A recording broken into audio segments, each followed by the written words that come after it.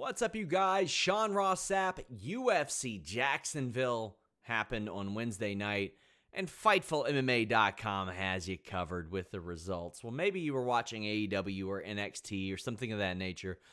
We still covered AEW Jacksonville, or UFC Jacksonville, rather. Well, I guess we did cover AEW Jacksonville as well.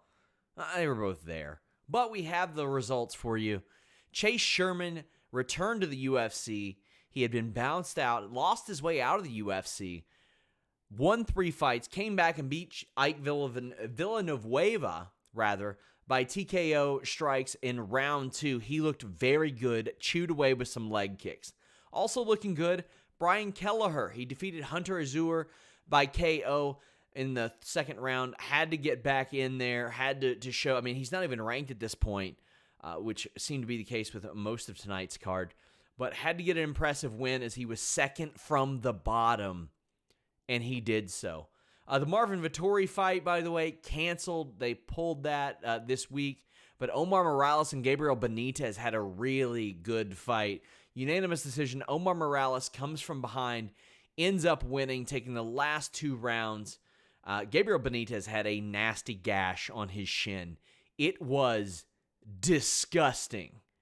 It's one of those things, if you're not squeamish, go check it out. Otherwise, stay away. It was gross. Number 15, Sijara Eubanks defeated Sarah Moras via unanimous decision. This was one-sided. She ended up making herself look exceptional. She was number 15 ranked going into this fight. She'll move up as a result. Thiago Moises. You want to talk about a turnaround on the main card. Michael Johnson peppered Thiago Moises in that first round. Just did whatever he wanted to Thiago Moises. Then Moises came out, shot for a takedown, was able to drag Johnson to the ground and applied a straight ankle lock and got the win. Amazing comeback win. Andrei Arlovsky, his 4th decade competing in MMA. He first fought in 99, losing his pro debut, defeating the millionaire, former PFL tournament winner, Felipe Lins. This was an Andrei Arlovsky fight. They suck these days. Man, are they terrible. They legitimately just have Andrei Arlovsky on shows so they can put him on things like this and say, former UFC heavyweight champion Andrei Arlovsky is fighting. It sucked. They got to start putting these on the prelims or something. This was not good. Ricky Simone defeated Ray Borg via split decision. Ricky Simone likely saving his UFC career. He had dropped 2 fights in a row. Drew Dober. Oh my God, what a performance. What a finish he had over the number 15 ranked Alexander Hernandez. Drew Dober is a guy that I did not expect to really be much of anything after The Ultimate Fighter. He came in, he lost to Sean Spencer and Nick Hine. He had that 1 win against Jamie Varner. They had that controversial Leandro Silva fight that got overturned. But basically, in his first 5 fights in the UFC, he had won 1 of them. He'd won 1 of them. So 2015 was around, and I thought that Holtzman fight, if he lost it in January 2016, he would have been done for his UFC career. Since then, he's went 8-2, including winning his last 3. He's won 6 of his last 7. He's knocked people out his last 3 fights specifically. I think the guy has discovered that performance of the night carries you pretty far there. He had a fight of the night in 2018. He's had 2 performance of the nights this year. He's raking it in right now. He's doing great. So good for him. Ben Rothwell defeated Ovin St. Preux via split decision. Ovin St. Preux was moving up from light heavyweight, and quite a task. I mean, he's been having good fights, or at least when Ovin St. Preux wins, he has really good fights. I didn't think this one was that bad, but for Ovin St. Preux, I thought this was a big ask.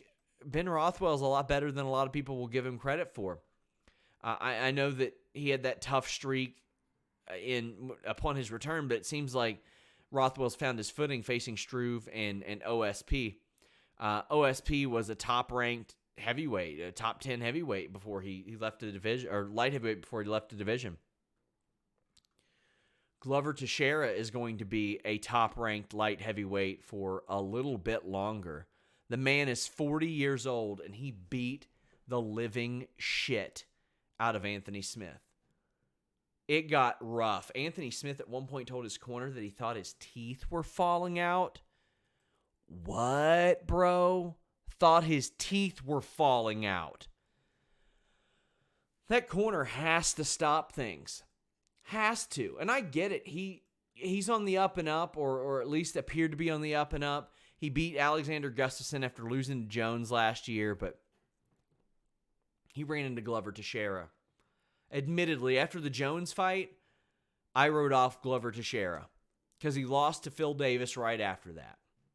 And there have been a couple times, Gustafsson, Anthony Johnson, he just ran into guys that were better than him. Corey Anderson as well. The guy's still a top 5 light heavyweight. I'm there with him. I believe the guy is still a top 5 light heavyweight. I think he's better than Gustafsson at this point. I think he might be better than Ozdemir. We see that he's better than Anthony Smith. So to me, it's like John Jones, and then in the rankings, it's Reyes, maybe Santos. We don't know. He hasn't fought. Jan, Anderson, and I'd have to put Teixeira right there with Ozdemir. Glover Teixeira has won 4 straight fights. He's won 5 out of his last 6. I got nothing but respect for this guy. I can't keep doubting him. Put the pain on Anthony Smith. Well, guys, if you're watching this, leave a thumbs up. Subscribe to our MMA channel. We're going to have some new video types coming out here. We're going to have betting odds pretty frequently for these shows as they happen. News here and there. Of course, great boxing coverage. But make sure you guys subscribe. Make sure you guys leave a thumbs up. Let the world know about us. Our MMA section is growing. Until next time, we're out.